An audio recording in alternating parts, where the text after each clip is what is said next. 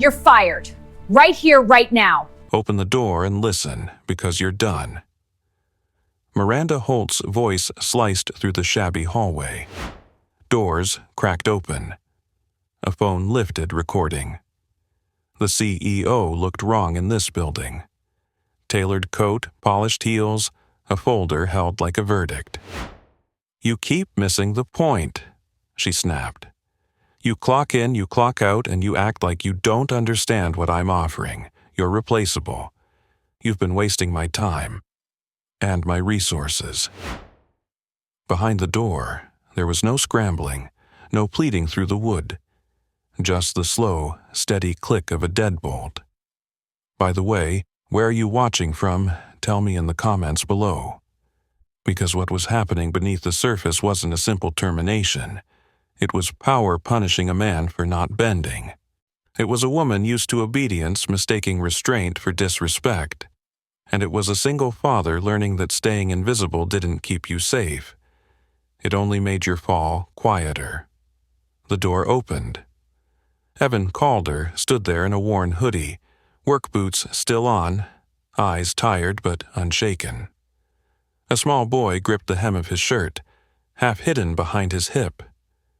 Miranda glanced at the child, then fixed on Evan. "Don't look at me like I'm the villain," she said.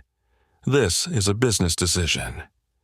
"If this is about tonight's shift," Evan began, careful, "I can—" "It's not about a shift," she cut in. "It's about you, about the way you act like you're above the job I gave you."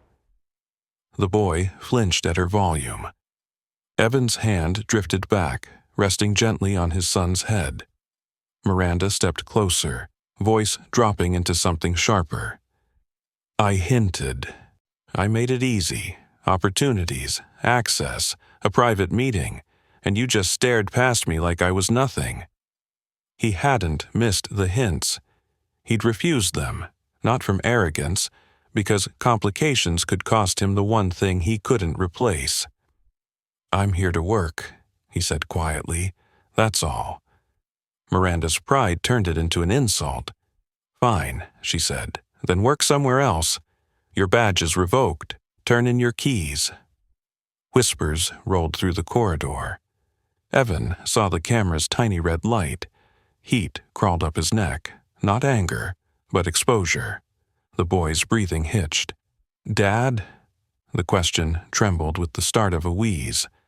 Evan lowered himself, eyes steady. "It's okay," he murmured. "Go sit. If your chest feels tight, grab your mask." Miranda frowned. "Don't make this dramatic." Evan looked up. "I'm not," he said. "So you are." It wasn't defiance the way she expected. No shouting, no threats. Just a calm line that refused to hand her his panic. "You think you can talk back to me?" she hissed. He didn't argue. He held the keys out, metal cold against his palm. "If you want them," he said. For a beat she hesitated, unsettled by how little he seemed to fear her. Then she snatched the keys and turned away, coat swinging like a curtain closing. Doors along the corridor shut again. Locks clicked. The show ended for everyone but him. Evan eased the apartment door closed and rested his forehead against it for one silent beat. The sting wasn't the job. It was the public verdict, the way dignity could be stripped with witnesses. In the living room, a nebulizer sat on a side table beside a homework sheet and a cracked photo frame. His wife's smile stared back, bright, gone. Evan swallowed and moved to his son. "Breathe slow," he told Lucas, kneeling to check his face. The boy nodded, brave in the way kids are when they sense their parent can't afford to fall apart. Evan's phone buzzed. Soren Vance. "Call me. Urgent." He answered, voice low. "Soren." Soren sounded breathless. "I know what happened," he said, "but we've got a problem. Doors are locking on their own. Elevators won't respond. Access is cycling like it's fighting itself." Evan's mind clicked into a different gear, clean and precise. The tower, the restricted floors, the controls buried behind panels nobody noticed. "Who's stuck?" he asked. "Executives," Soren said. "A board tour. And Holtz on the top floor." Evan looked at Lucas, at the mask on the table, at the thin line of stability he'd been balancing on. He could feel the humiliation still on his skin, but it didn't own him, not with his son watching. "Tell me exactly what alarms you're seeing," he said, already reaching for his work bag. "And don't touch anything until I understand the pattern." Lucas watched him zip the bag, lips parted. Outside, the corridor was quiet again, but the echo of her heels still rang in his ears. Evan kissed his son's forehead and opened the door once more. The night had taken his job. It hadn't taken what he knew. The door closed behind him with a soft click, and the hallway smelled faintly of dust and old paint. He moved fast but not frantic, boots steady on concrete steps as he took them 2 at a time. The phone stayed pressed to his ear, Soren's breathing crackling through the line. "Start from the beginning," he said. "What tripped first?" "Access loop on the executive floors," Soren replied.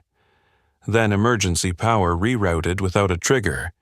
It's like the system's correcting something that isn't broken."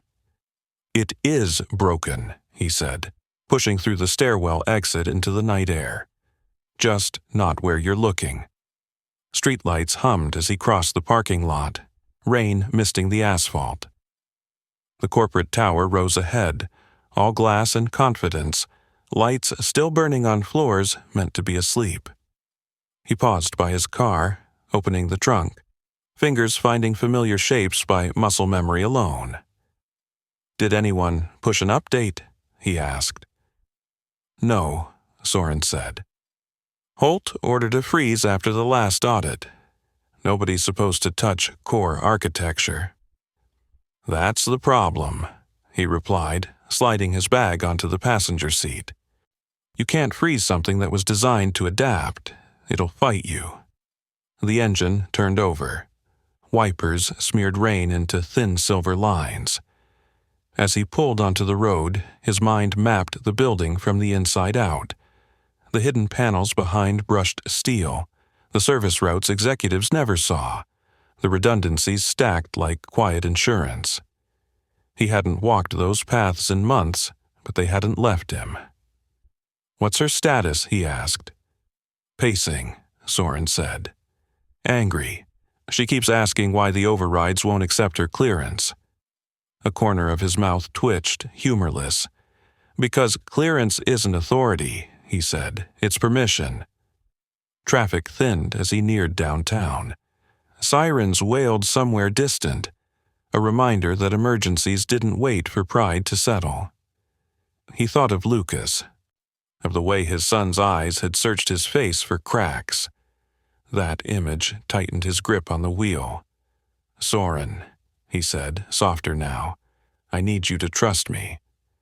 "I already do," Soren answered without hesitation. "Security's clearing the south entrance. I'll meet you there." As the tower loomed closer, glass reflecting storm clouds, a familiar weight settled over him, not fear, but focus. This place had once been a language he spoke fluently. Tonight, it was speaking back. Before he pulled into the underground ramp, a thought cut through the tension, sharp and deliberate. If you're enjoying watching power get tested right now, subscribe and stick around, because what's coming next flips the entire board. He parked, killed the engine, and stepped into the echoing concrete belly of the building. The air was cooler here, humming with electricity and restrained motion. Emergency lights pulsed faintly, an irregular heartbeat. Soren was waiting near the security desk, jacket half-zipped, eyes darting between monitors. Relief flashed across his face when he saw him, quickly masked by urgency. "Levels are locking in sequence," Soren said, gesturing to the screens. "Fire doors, data vaults, even the private elevators." He leaned in, scanning the feeds. "It's not a fire protocol," he said. It's a containment response. To what? To arrogance, he said quietly. They moved together through a service corridor, boots echoing, the smell of ozone growing stronger. His fingers brushed the wall as they walked, counting steps, noting vibrations. A faint whine threaded the air, almost musical if you didn't know what it meant.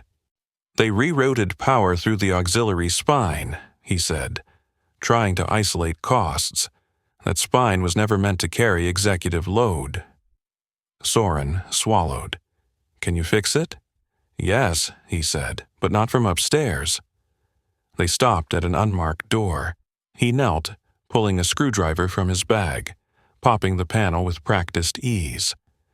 Inside, cables glowed faintly, alive and restless. Someone should have documented this, Soren muttered.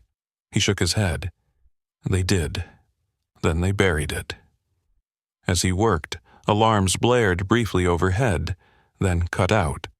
The building seemed to exhale, confused by resistance. He adjusted a junction, rerouted a feed, listening with his whole body. Above them, executives waited behind locked glass, believing control was something you wore. Down here, in a place meant for labor, control was earned by understanding. Once I stabilize this, he said, standing, everything they think they know is going to change. Soren met his eyes. Including her? He didn't answer right away.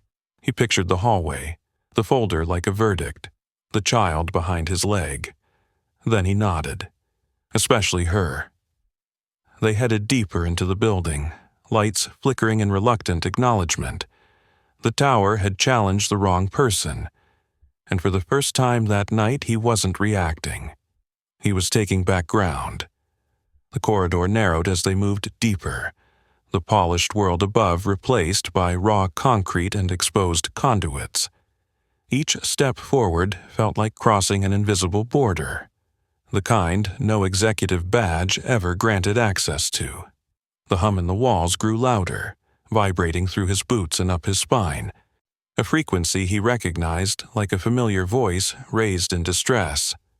Pressures building in the data vaults, Soren said, checking his tablet. Temperatures spiking too fast. He stopped, palm flat against the wall. The vibration pattern shifted under his touch, uneven, impatient. They rerouted cooling without understanding the feedback loop, he said. It's chasing itself. Soren frowned. You sound like you've been here before. He didn't answer directly. Instead, he reached into his bag and pulled out a slim, worn multi-tool, its edges dulled from years of use. It looked out of place against the sleek screens and biometric locks, but it fit his hand like it belonged there. They reached a junction where 3 corridors split. One led toward the data center, another toward the emergency generators, and the third up toward executive elevators now frozen in place.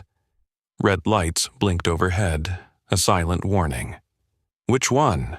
Soren asked. He closed his eyes for half a second, listening, not with his ears alone but with memory. Generators first, he said. If they fail, nothing else matters. As they moved, Soren's comm crackled. A voice spilled through, sharp and controlled, threaded with anger. Miranda Holt. Why am I still locked out? She demanded. I want answers, not excuses. I have investors standing in front of me. Soren hesitated, glancing at him. He nodded once. Ma'am, Soren said carefully, we're working on stabilizing the system. I don't care how, Miranda snapped. I want it fixed, and I want to know why the maintenance staff you fired tonight is anywhere near my building. He felt the words land, cold and precise. Fired. A maintenance staff. As if those labels explained everything she needed to know. He's assisting at my request, Soren said. There was a pause, heavy with disbelief. You brought him back? She asked. After that display? He's the only one who understands what's happening, Soren replied. A sharp laugh cut through the line. That's impossible, Miranda said. He cleans filters and resets lights. He doesn't solve systemic failures. He stopped walking. Slowly, deliberately, he took the comm from Soren's hand. Miranda, he said, voice steady, unraised. The building is running a containment protocol you authorized years ago. It's locking you out because it thinks you're the threat. Silence followed, thick and stunned. You don't get to use my first name, she said finally. And you don't get to lecture me in my own company. He handed the comm back without another word and kept moving. They reached the generator room, heat rolling out as the door swung open. The machines inside roared unevenly, lights stuttering, systems overcompensating. Sweat prickled at his neck as he crossed the room, eyes tracking gauges, hands already moving. She won't listen, Soren said quietly. She doesn't have to, he replied. The building will. He shut down one generator manually, ignoring the alarm it triggered, then rerouted load to a secondary unit that hadn't been used in months. Allez, the roar softened, smoothed into a steady rhythm. The vibration underfoot eased, like a muscle unclenching. On Soren's tablet, readings stabilized one by one. How do you know all this? Soren asked, unable to keep it in anymore. None of this is in the manuals. He wiped his hands on his jeans. Because the manuals were written after, he said.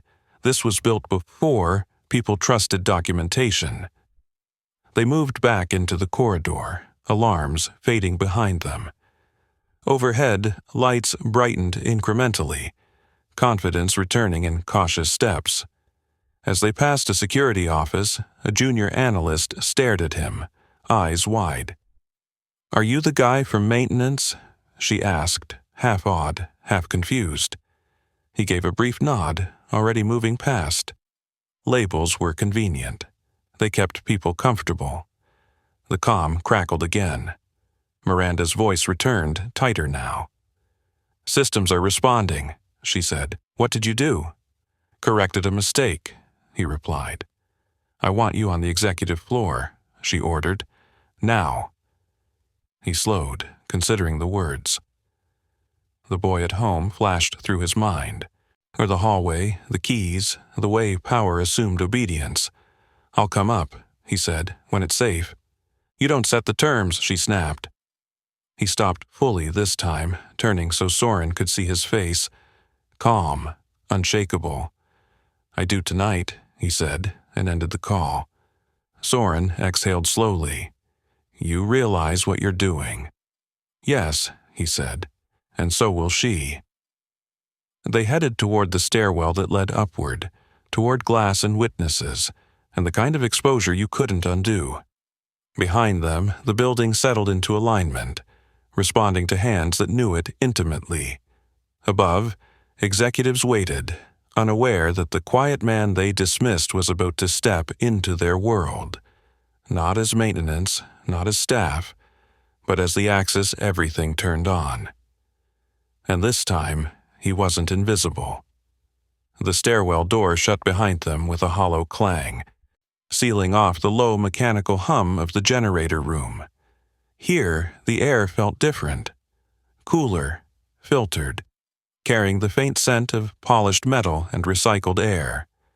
The steps rose in long, unforgiving lines, each landing marked with sterile numbers that meant nothing to the people trapped above. They climbed in silence at first. His breathing stayed even, controlled, while Soren's grew heavier, the adrenaline finally catching up. With every floor they passed, the building felt less like a machine and more like an audience holding its breath. On the 15th floor, emergency lights flickered, then steadied. Somewhere overhead, a muted cheer rippled, executives mistaking temporary stability for victory. Security's reporting partial access restored, Soren said, checking his tablet. They think it's over. He shook his head. "It's not," he said. "They're standing on a fault line." They reached a glass-walled landing that overlooked the atrium. Below them, the lobby glowed with restored light, marble floors reflecting chandeliers that cost more than his car. A cluster of executives stood near the security desk, phones pressed to ears, voices animated now that fear had softened into irritation. Miranda Holt stood apart, posture rigid, arms crossed. Even from this distance, her presence bent the space around her, people orbiting without touching. She was already rehearsing how this night would be framed, an inconvenience handled, a lesson learned by others. Soren hesitated. "You don't have to go out there," he said. "We can stabilize from here, let them save face." He looked down at the lobby, at the people who would never step into the corridors below, I'd never smell oil or feel vibration through concrete. "If I stay here," he said, "nothing changes." They descended the final steps and pushed through the door. The sound hit first, voices overlapping, heels clicking, the low murmur of wealth inconvenienced. Conversations stuttered as heads turned. Someone whispered. Someone else frowned, trying to place him. Miranda's eyes locked onto him immediately. Surprise flashed across her face, quickly masked by control. "What is he doing here?" she demanded, not bothering to lower her voice. "I told you to keep him out of my sight. He's the reason the lights are back on," Soren said evenly. A few executives shifted, glancing between them. Doubt crept in, unwelcome. Miranda stepped forward. "I don't care what temporary fix he applied," she said. "The situation requires professionals." He met her gaze, unflinching. "Then stop undoing their work." Her jaw tightened. "You don't get to lecture me." A sharp beep cut through the tension. One of the wall screens flickered, then flashed red. An alert scrolled across the display. Executive access loop error. The floor seemed to tilt just slightly. Panic stirred again, faster this time. "What does that mean?" someone asked. He didn't wait for permission. He moved to the nearest console, fingers flying across the interface with practiced precision. The screen responded instantly, as if relieved to be understood. "You froze adaptive protocols," he said, eyes never leaving the display. "Now, the system can't distinguish authority from intrusion." Miranda scoffed. "That's absurd." Another alarm sounded, closer now. The private elevator bank shuddered, doors refusing to open. "Ma'am," a security officer said, voice tight, "we're losing vertical control." Silence fell, heavy and absolute. He straightened slowly, turning so they could all see him, really see him. Not the uniform he wasn't wearing, not the badge she'd taken, but the man who knew the bones of their empire. "This building was designed to survive hostile takeover," he said. "Cyber, physical, internal. It assumes the biggest risk comes from the top." Miranda stared at him, something like fear slipping through the cracks of her authority. "How would you know that?" He reached into his bag and pulled out a faded access card, edges worn smooth. The name was barely legible, but the clearance level glowed unmistakably when it hit the light. A ripple moved through the crowd. Recognition sparked in a few eyes. Older executives, people who'd been around long enough to remember the early days. "That's not possible," Miranda said, but her voice wavered now. "It is," he replied, "because I built it." The words landed like a dropped glass, shattering the room's assumptions. Murmurs erupted, disbelief clashing with dawning realization. Before Miranda could respond, the building lurched again. Lights dimmed, then steadied. Emergency systems wrestling for dominance. He turned back to the console. "We don't have time for pride," he said. Either you let me finish or this place locks you in for good." For a moment, she said nothing. The CEO, who had shouted in a hallway, now stood frozen, power stripped down to a choice. "Do it," she said finally, barely audible. He nodded once and went back to work. As systems realigned under his hands, the tension in the room shifted. Fear gave way to awe, then to something quieter and more dangerous: respect. The building listened to him, and everyone watching understood, at last, that they were witnessing a reversal they couldn't spin away. The man they fired at his own door wasn't fixing a mistake. He was reclaiming the ground beneath their feet. The room stayed quiet except for the steady clicks of keys and the low hum returning to the walls. Screens shifted from red to amber, then to cautious green, one system at a time. He worked without looking at anyone, shoulders relaxed, movements precise, like a craftsman repairing something that had always belonged to him. Around him, executives hovered in uneasy clusters. No one spoke. No one dared interrupt. Even Miranda stood still now, arms no longer crossed, her authority reduced to watching. "Vertical access restoring," a security officer murmured. "Data vault cooling, stabilizing." The building responded like a living thing recognizing its handler. The earlier panic drained from the air, replaced by a brittle silence filled with understanding. This wasn't a lucky fix, it was familiarity. He stepped back from the console and rolled his shoulders once. "That buys you time," he said, "not forgiveness." Miranda flinched at the word. "Explain," she demanded, but the edge was gone. "You stripped adaptive authority to centralize control," he said. "It created a feedback loop that treated your own clearance as a threat. Money can't override architecture." One of the older board members cleared his throat. "You're saying the system rejected us?" "Yes," he replied.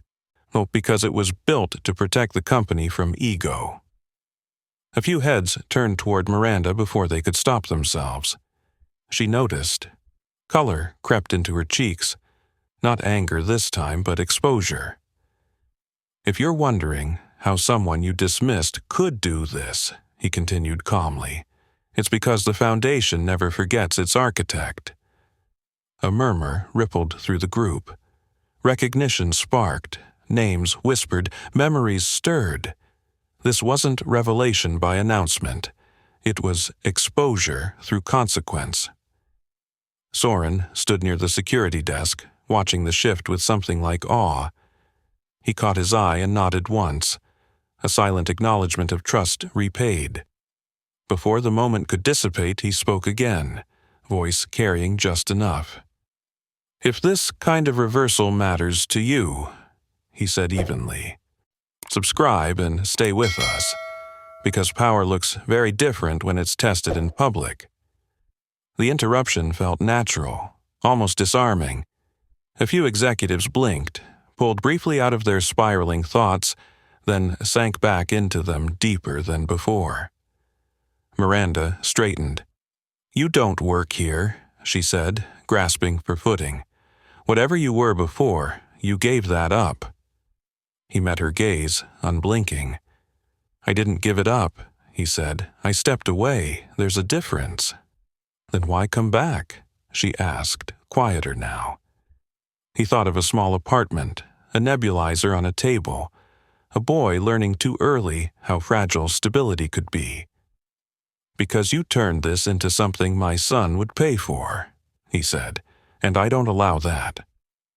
The words landed harder than any accusation. This wasn't about pride or status. It was about consequence. Another executive stepped forward. "If you're telling the truth," she said, "then we owe you more than an apology." He shook his head. "You owe your workers respect," he said. "I don't need titles." Silence again. Then, slowly, applause broke out. Not loud, not celebratory, but unmistakable. It started near the back. Someone who'd watched the humiliation unfold earlier through a screen, then spread in uneven waves. Miranda didn't join in. She stood still, eyes fixed on him, seeing for the first time what her authority had overlooked. "What do you want?" she asked. He considered the question carefully. "Tonight," he said. "I want the system restored properly, and I want every termination tied to this restructure reviewed." "And after?" she pressed. "After," he said, "I go home." The simplicity of it unsettled them more than demands ever could. He turned back to the console, making final adjustments, sealing the correction so it couldn't be undone with a swipe or a signature. When he finished, the building stood fully stabilized, lights steady, doors responsive, power flowing where it belonged. The crisis had passed, but its imprint remained, etched into memory and hierarchy. Soren approached quietly. "Security's clear," he said. "Media's outside. They're asking who fixed it." He wiped his hands on his jeans, the gesture grounding. "Tell them the truth," he said. "Maintenance noticed a problem." Soren smiled despite himself. "That's going to drive them insane." "Good," he replied. Miranda watched him as he slung his bag over his shoulder. "You humiliated me," she said, not accusing, just stating fact. He paused. "No," he said, "you did that yourself. I just didn't stop it." As he walked toward the exit, executives parted without realizing it, a path opening that hadn't existed an hour earlier. The tower stood behind him, restored and altered in ways no audit would capture. Outside, rain had stopped. The air felt clean. He pulled out his phone, already dialing home. "Hey," he said softly when Lucas answered. "I'm on my way." And for the first time that night the weight in his chest lifted, not because he'd won, but because the world had seen what quiet strength looked like when it refused to stay hidden.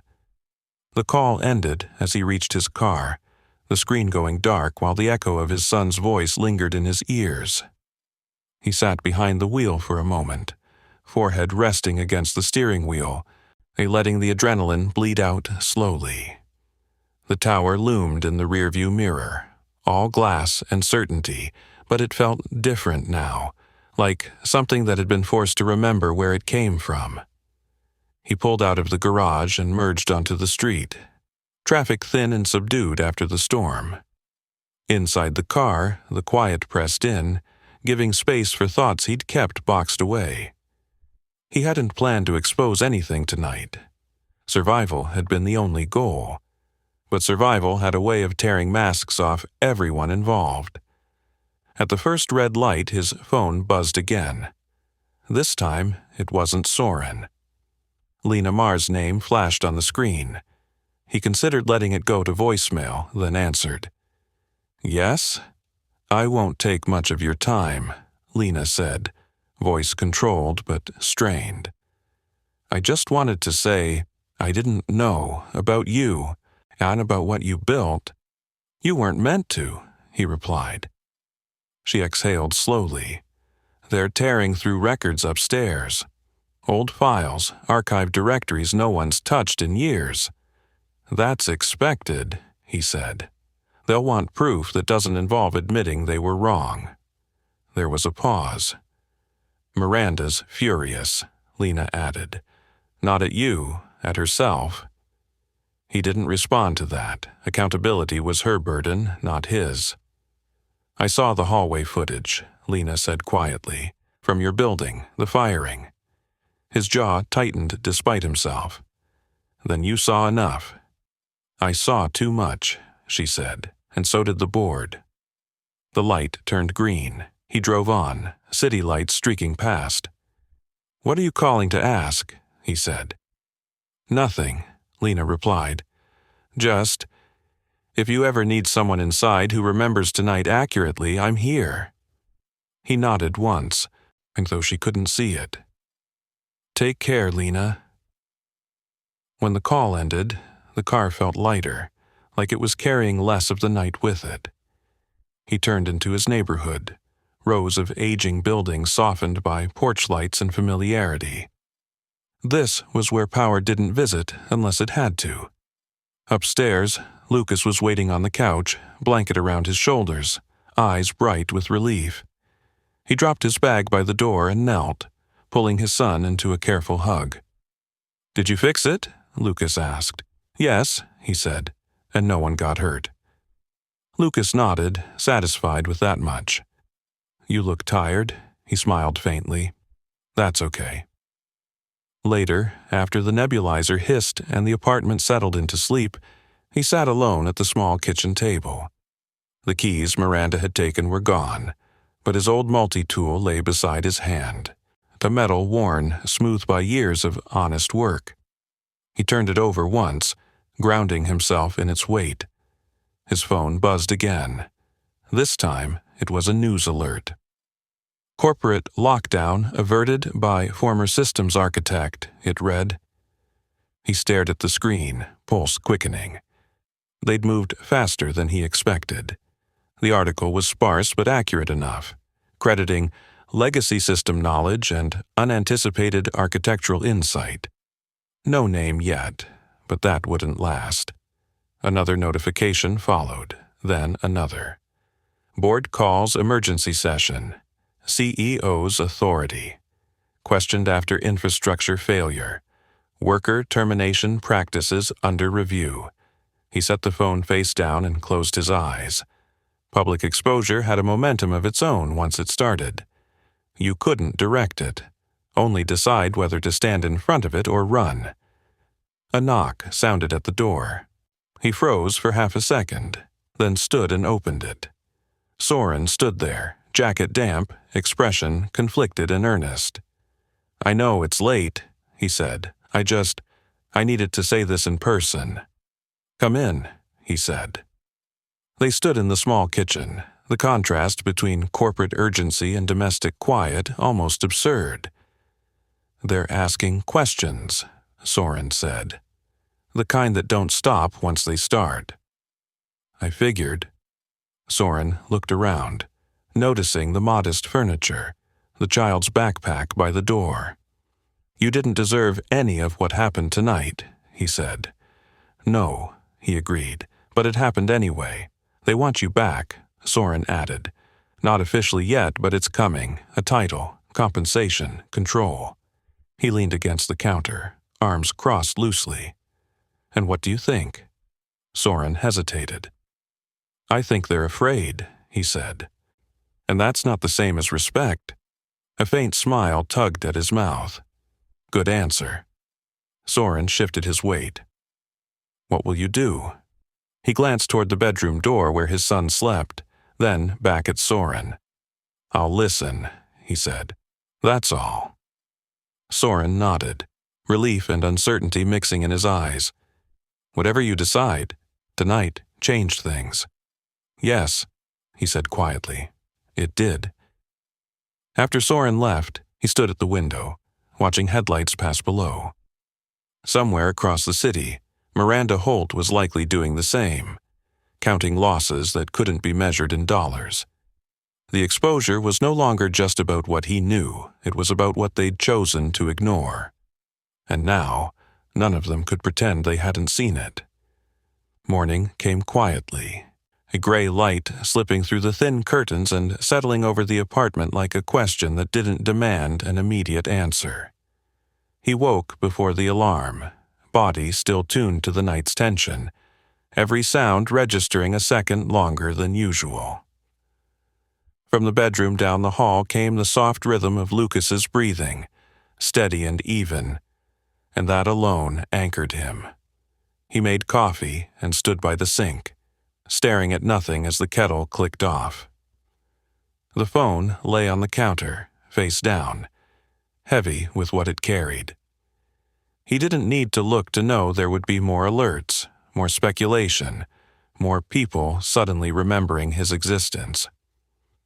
When he finally flipped it over, the screen lit up with a flood of missed calls and messages. Numbers he didn't recognize, emails marked urgent, a voicemail from a board liaison, another from legal, and one from Miranda Holt, time-stamped at 3:14 a.m. He didn't open that one. Instead, he poured the coffee, took a slow sip, and let the bitterness ground him. This was the space between humiliation and reckoning, the moment where the world tried to decide what to do with someone it had underestimated too publicly to erase. Lucas padded into the kitchen, hair sticking up, eyes half-lidded. "You're still here," he said, relief slipping through the sleepiness. "I told you I'd come home," he replied. Lucas climbed onto a chair and watched him with the quiet seriousness children used when they sensed change. "Are you in trouble?" He considered the question carefully. "No," he said. "Some people are just confused." Lucas nodded, satisfied. "Okay." After breakfast and school drop-off, the apartment felt too still. He gathered his bag, hesitated, then left the multi-tool on the table, deliberate. Some things didn't need to be carried everywhere. Outside, the city moved as if nothing had shifted. Buses hissed at stops. People hurried past, eyes on their own battles. Power always felt personal when it broke, invisible when it worked. His phone rang as he reached the corner. "Evan," Miranda Holt said. No preamble, her voice clipped but restrained. "We need to talk." He closed his eyes briefly, then opened them. "About what?" "About last night," she said. "About the company, about us." "There is no us," he replied evenly. A pause. He could hear her recalibrating, the sound of someone used to command learning the language of request. "I handled things badly," she said. "I won't excuse that. But the board is spiraling and they need stability. They need you."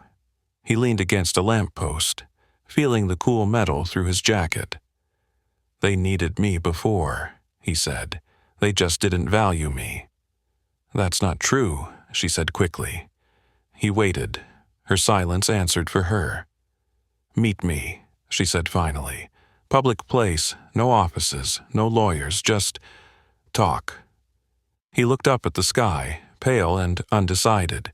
Public mattered now. Witnesses mattered. "Fine," he said. "An hour." They chose a cafe across from the tower, all glass and reflection, impossible to enter without being seen. When he arrived, she was already there, seated near the window, coat folded beside her. She looked smaller without the building behind her, authority stripped down to a woman with tired eyes. He didn't sit right away. He ordered coffee, then joined her, setting the cup between them like a boundary.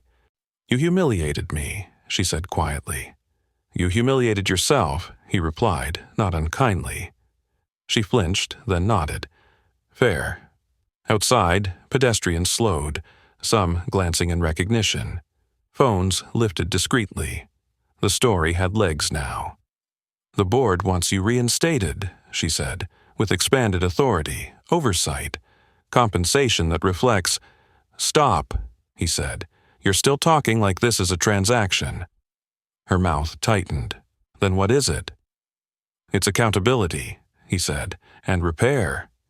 She studied him, searching for leverage, then realizing there wasn't any left. "What do you want?" she asked again, softer than before. He thought of the hallway, the door, the way Lucas had shrunk back at her voice. "I want the termination footage released internally," he said. "No edits. I want the policies that allowed it dismantled. And I want every worker who's been dismissed under similar conditions reviewed by an independent panel." Her eyes widened. "That will cause chaos." "Yes," he said, "but it will be honest chaos." She looked down at her hands. When she spoke again, her voice had changed. "If I do this, you'll stay?" He shook his head slowly. "I didn't come back to belong," he said. "I came back to correct." Across the street, the tower reflected the cafe perfectly. Two worlds facing each other through glass. People were watching now, openly. The imbalance had flipped, and everyone could feel it. Miranda straightened, resolve hardening into something cleaner than pride. "Then I'll do it," she said. "All of it." He nodded once. "Good." They stood at the same time. No handshake, no truce disguised as courtesy. As he stepped back onto the sidewalk, and the city seemed to lean in. This wasn't the end of the exposure. It was the preparation. Terms set in daylight, consequences cued. Behind him, Miranda Holt remained at the table, alone with her reflection, finally understanding that authority survived only when it learned how to listen. He walked on, phone buzzing again in his pocket, knowing the next phase wouldn't be quieter. It would just be impossible to ignore. The cafe door closed behind him with a muted chime, and the street noise rushed in to fill the space she no longer occupied. He walked without hurry, letting the rhythm of footsteps and passing traffic steady him. The meeting had gone exactly as far as it could without slipping back into performance. What mattered now wasn't what she promised. It was what she'd be forced to do in front of others. His phone buzzed again. This time, he checked it. Soren. Boards calling an all-hands town hall. Today, open floor, media adjacent. He stopped mid-step. Open floor meant witnesses. Media adjacent meant permanence. They weren't just managing fallout anymore. They were bracing for exposure they couldn't contain. When he replied, his message was short. "I'll be there." The building looked different in daylight. Less imposing, less untouchable. Sunlight revealed smudges on the glass, small imperfections that never showed at night. He entered through the main doors, not the service entrance, the shift subtle but deliberate. Heads turned. Conversations dipped, then stuttered back to life at a higher pitch. Inside, banners announcing transparency and accountability session hung a little crooked, put up too quickly to be elegant. Staff gathered in clusters, some curious, some anxious, some openly relieved. This wasn't a boardroom. It was the atrium, wide and public, chosen because it could hold everyone and hide no one.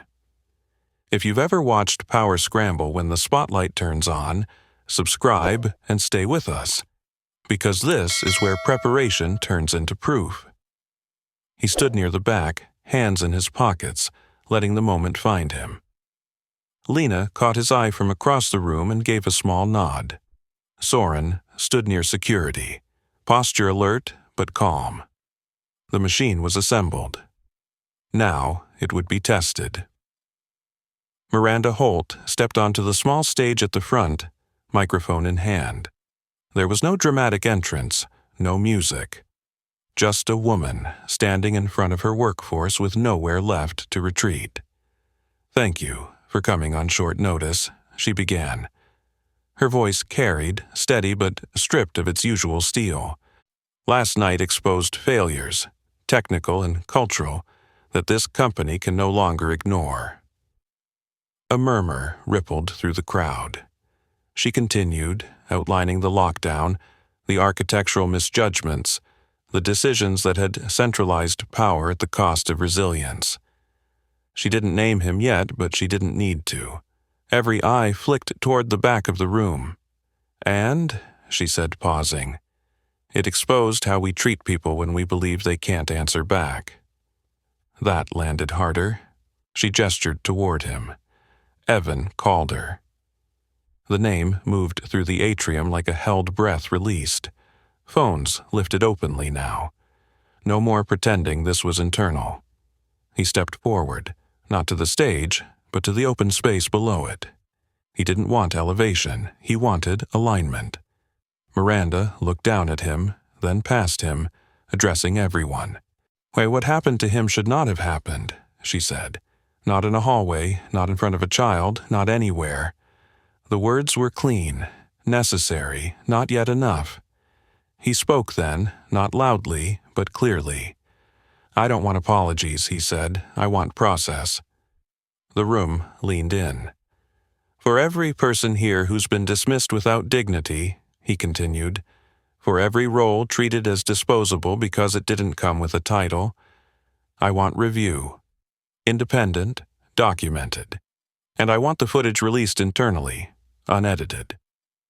A sharp intake of breath swept the crowd. This was the line no one expected to be crossed. Miranda nodded once. "It will be done." A hand shot up near the front. "What about leadership accountability?" someone asked. Miranda didn't look away from him. "That starts with me," she said, "and it will be visible." He felt the shift then, not triumph, but something heavier and more durable. Trust being renegotiated in real time. Lena stepped forward next, holding a tablet. "The review panel will include non-executive staff," she said. "Rotating seats, anonymous submissions." Whispers turned into murmurs of approval. This wasn't damage control anymore. It was structural change under observation. He took a step back, letting others speak, letting stories surface. A facilities worker describing a silent dismissal. An analyst recounting pressure disguised as opportunity. Each account widened the crack that had already split the facade. Throughout it all, cameras rolled.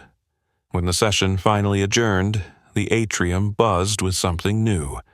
Not chaos, but motion. People talking to each other instead of upward. Managers listening instead of instructing. Soren approached him, quiet amazement in his eyes. "You realize this is bigger than last night," he said. He nodded. "That's why it had to be public." As he turned to leave, his phone buzzed with a message from an unknown number. Lucas's school nurse. He did great today, breathing steady. Asked if his dad was fixing big buildings again. He smiled, a real one this time. Outside, the city carried on, unaware of the recalibration happening behind glass. But inside that tower, something irreversible had begun. He hadn't reclaimed power, he'd redistributed it. And now, everyone had to live with what they'd finally seen. The atrium slowly emptied, voices trailing off into side corridors and elevators as people returned to desks that no longer felt quite the same. He lingered near the back, watching the energy settle into something purposeful instead of reactive. This phase mattered. The quiet after exposure, when intent either hardened into action or dissolved into performative relief. Lena approached with 2 paper cups of coffee, offering one without ceremony. "You should probably disappear for a bit," she said. "Everyone's looking for you." He accepted the cup. "That's new." "Only in volume," she replied, "not in intent." Across the atrium, Miranda was surrounded by board members, her posture attentive rather than commanding. She listened more than she spoke, and when she did speak, it was with a careful precision that suggested she understood how thin the floor beneath her now was. "They're scheduling the first review panel tonight," Lena continued. "Facilities, security, admin, tech, a mixed representation." "Good," he said. "Keep it mixed." "I plan to," she replied. "For what it's worth, I'm glad you didn't take the offer." He raised an eyebrow slightly. "You think I was offered one?" She smiled faintly. "You always are." They parted near the elevators. He chose the stairs instead, descending through a space that had once been invisible to him even when he worked there. Now it felt like neutral ground. Neither executive nor service, just connective tissue. On the 4th floor landing, his phone rang. He recognized the number this time. "Yes?" he answered. "We've released the footage internally," Miranda Holt said. "No preamble, no softening." unedited. He leaned against the railing, eyes on the stairwell below. That couldn't have been easy. No, she said, it wasn't meant to be. A pause stretched between them, no longer hostile, not yet conciliatory. The board wants a statement from you, she added. Not endorsement, just acknowledgement. Of what? That the process is legitimate, she said. That this isn't theater. He considered it. I'll write something, he said, short. Thank you, she replied, then hesitated. For coming back last night. I didn't come back for you, he said gently. I came back because the system failed. Yes, she said, I know. The call ended without ceremony. He stood there for another moment, listening to the building breathe. Steady now, regulated, no longer fighting itself. Outside, the afternoon had warmed. He walked the few blocks to Lucas's school, arriving just as dismissal began. Children spilled out in uneven lines, backpacks bouncing, voices loud and unfiltered. Lucas spotted him immediately and ran, her arms wrapping tight around his waist. You're early, Lucas said. I had some things to finish, he replied, but I'm done for today. They walked home together, Lucas talking about a science project, about how his inhaler stayed in his pocket all day unused. He listened, grounding himself in the ordinary details that mattered more than any boardroom. At the apartment, he checked messages while Lucas did homework at the table. One email stood out, forwarded internally, now circulating widely. Subject, Accountability Review. Framework, Draft 1. He opened it slowly. The language was clean, thorough, unmistakably real. Timelines, protections, appeals, names removed to prevent bias. It wasn't perfect, but it was earnest. Lucas glanced up. Is that about the building? Yes, he said, but it's also about people. Lucas nodded, as if that explained everything. Later that evening, a knock came at the door. This time, it wasn't urgent. When he opened it, Soren stood there again, but relaxed now, hands in pockets. They've grounded Miranda, Soren said. Interim Oversight Committee. She's still CEO, but not unchecked. He leaned against the doorframe. That's appropriate. They asked me to join the review panel, Soren added. I said yes, thought you'd want to know. I do, he said. You'll be fair. Soren hesitated. You could have burned the whole thing down, he said. You didn't. He looked back toward the living room, where Lucas was humming quietly over his homework. Burning things is easy, he said. Living with what replaces them is harder. After Soren left, the apartment settled again into its familiar rhythm. Dishes clinked. Pages turned. Outside, a siren wailed briefly, then faded. His phone buzzed one last time before bed. A message from an unknown sender, forwarded through internal channels. Thank you for saying what we couldn't. Facilities team. He stared at the words longer than he needed to, then set the phone down. The exposure had done what it was meant to do. It hadn't crowned him. It hadn't restored a title. It had forced a system to look at itself without flinching. As he tucked Lucas in, the boy yawned and murmured, You didn't yell today. No, he said softly. I didn't have to. When the lights were off and the apartment quiet, he stood by the window once more. Across the city, the tower glowed steadily, no longer a symbol of untouchable power, but of something recalibrated under scrutiny. This wasn't victory as spectacle, it was victory as correction, and it was still unfolding. The next morning arrived without urgency, which felt almost unnatural after days defined by escalation. He woke before Lucas, made breakfast, and packed a lunch that looked exactly like yesterday's. Normalcy, he'd learned, wasn't the absence of conflict. It was the decision to keep living anyway. After the school drop-off, he didn't go home. He walked. The city unfolded around him in familiar pieces, the corner store opening its shutters, delivery trucks idling, commuters already tired of a week that had barely started. His phone stayed in his pocket this time. Whatever was happening inside the tower would keep happening without him watching every step. He reached the river and stopped, leaning against the railing. Water moved forward without caring who stood above it. That steadiness had always made sense to him. By mid-morning, the phone buzzed anyway. Lena, review panels live, first cases coming in faster than expected. He replied with a single word, good. Another message followed almost immediately. Media's pivoting. Less hero, more systemic reckoning. Better, he thought. When he finally turned back toward home, a black sedan slowed near the curb. It didn't stop beside him the way power usually announced itself. It rolled forward, parked ahead, and waited. Miranda Holt stepped out alone. She looked different today. No entourage, no tailored armor, just a coat, flat shoes, and the kind of restraint that came from understanding how thin your margin had become.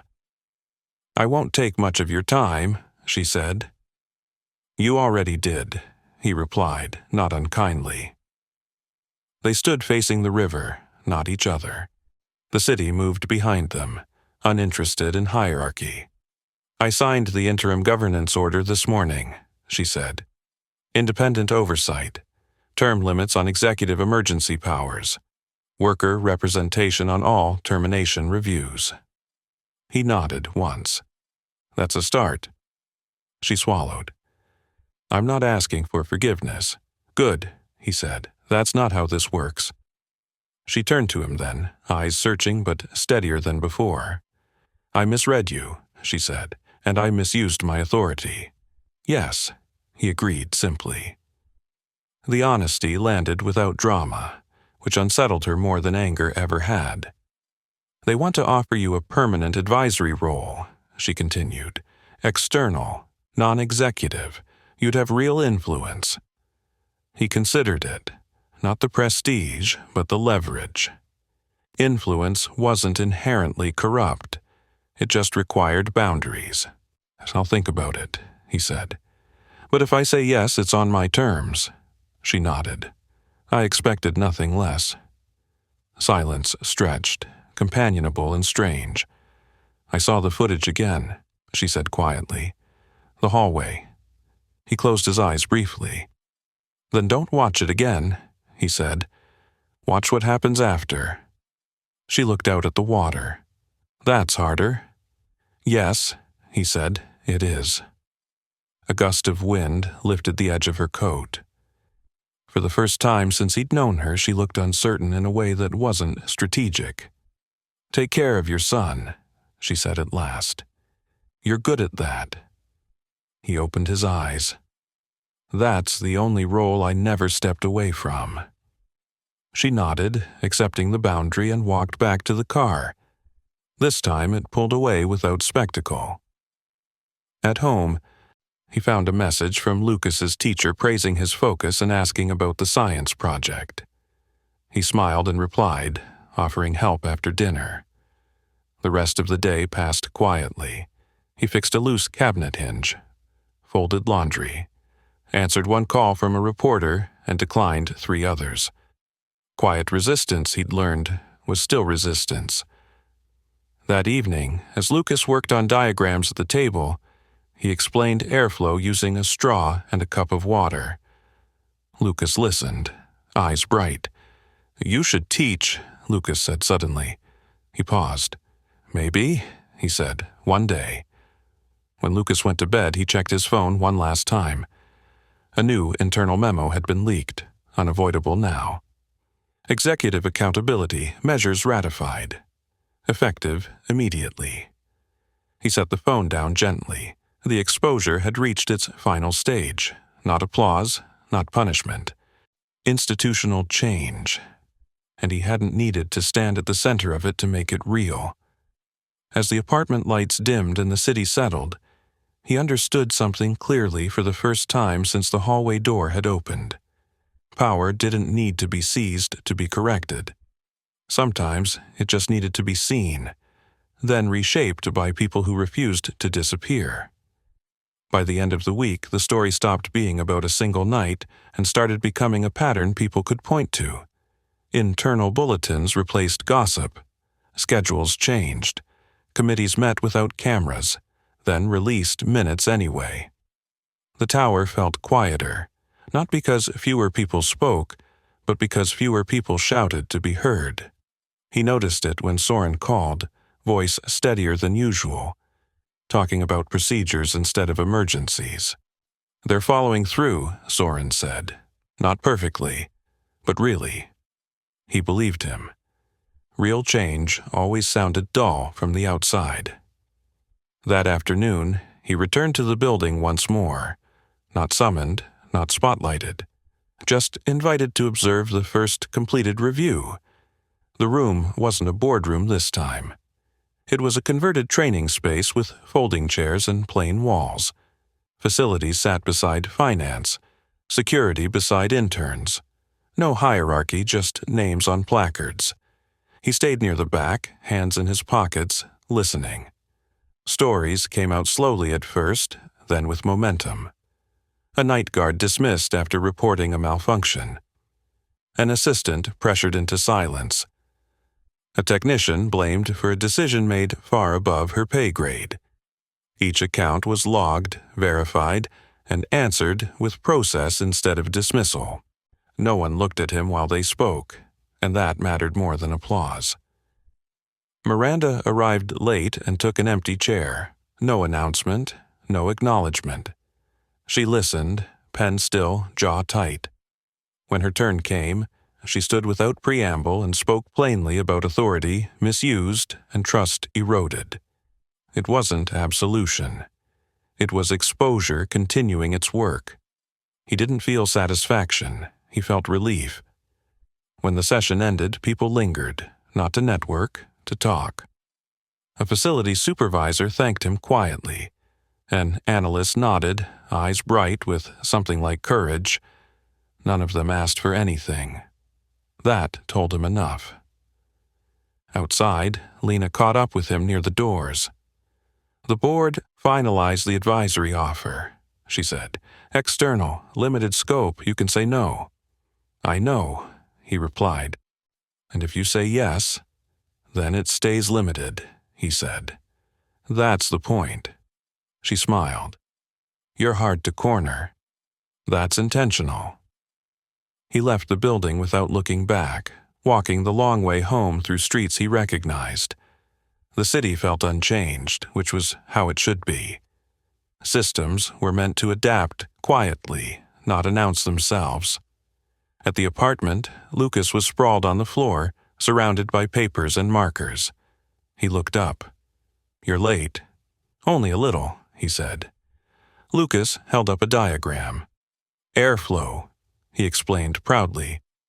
"If it gets blocked here, everything backs up." He sat beside him, tracing the lines with a finger. "You're right," he said. "What fixes it?" "Giving it more path," Lucas said, "so nothing gets stuck." He smiled. "That's a good rule." That night, after homework and dinner, he checked his phone one last time.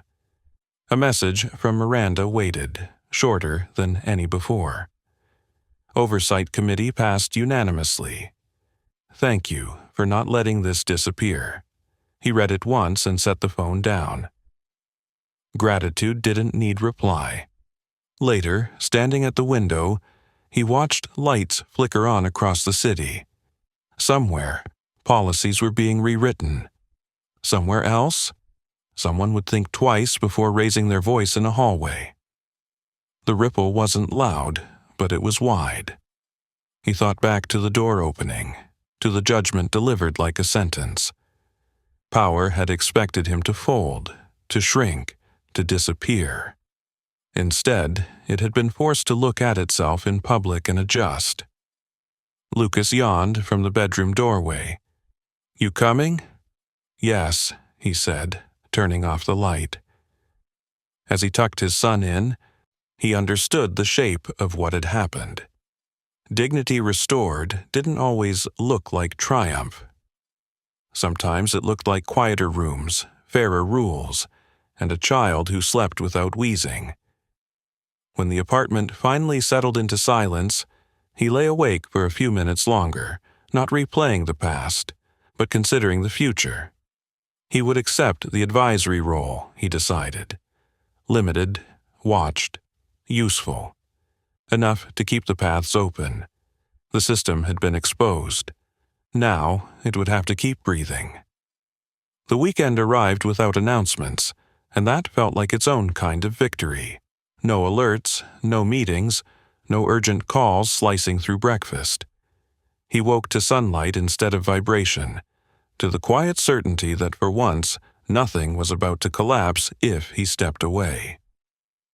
Lucas was already awake, sitting cross-legged on the living room floor, carefully taping together pieces of cardboard.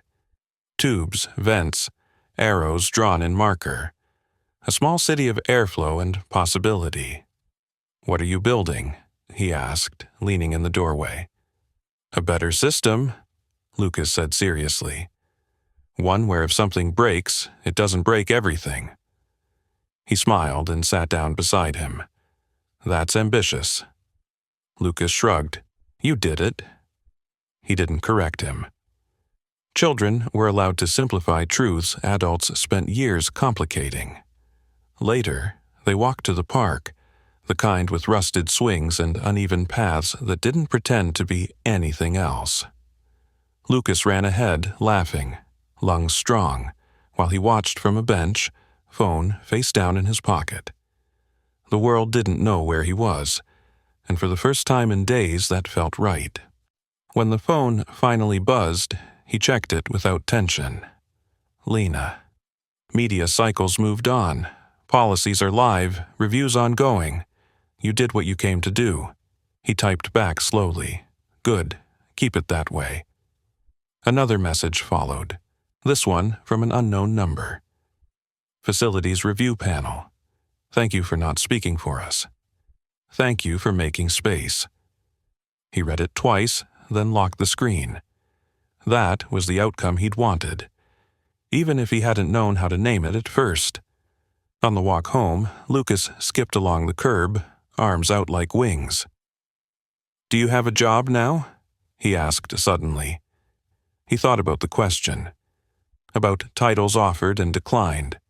About advisory roles shaped like boundaries instead of thrones. "I have work," he said, "and I have you." Lucas considered that. Okay. At home, the afternoon stretched lazily. Laundry hummed. Dishes clinked. The apartment carried the weight of ordinariness, and he let it. He fixed the loose cabinet hinge properly this time, not as a distraction, but as a choice. Things deserved to be repaired well, even small things.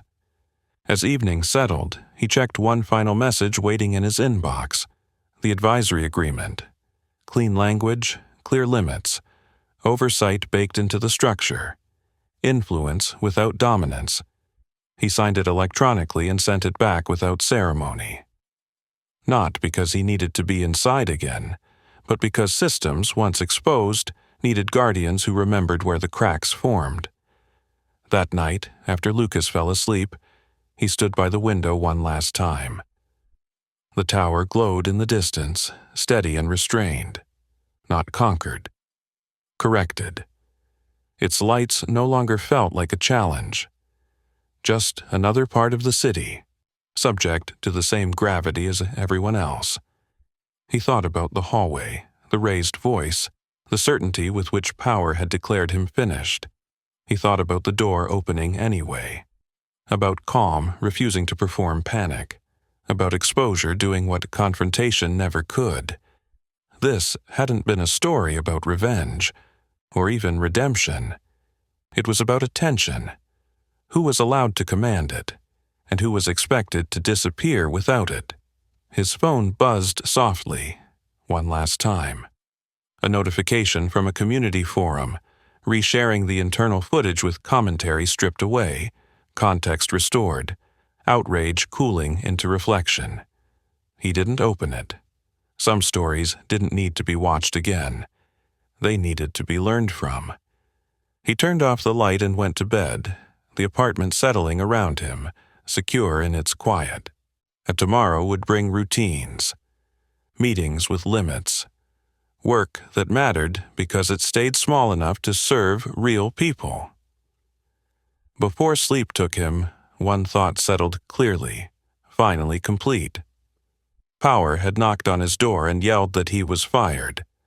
What it hadn't realized was that dignity doesn't clock in, and it doesn't disappear when someone tells it to leave. If you want another story like this, ask me for the next story title. Subscribe and don't miss our next story. They mocked the quiet security guard until the emergency lockdown named him as the only administrator. Trust me, you'll feel it. And tell me in the comments, what injustice should we tackle next?